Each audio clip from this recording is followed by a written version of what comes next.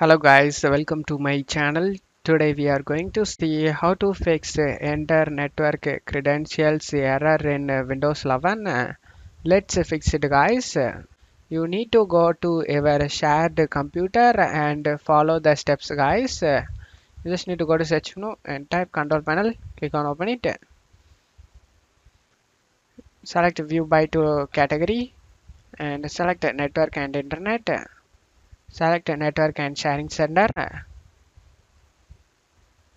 On left side, select change advanced sharing settings, click on open it. In here, you just need to expand this all networks. Click on the arrow icon and you just need to turn off password protected sharing over here. After that, now you just need to close stuff here and you can check if the problem solved or not. I hope this solution fixed your problem. If the video helped you, don't forget to leave a like guys. You can also subscribe me and support me guys. Thank you.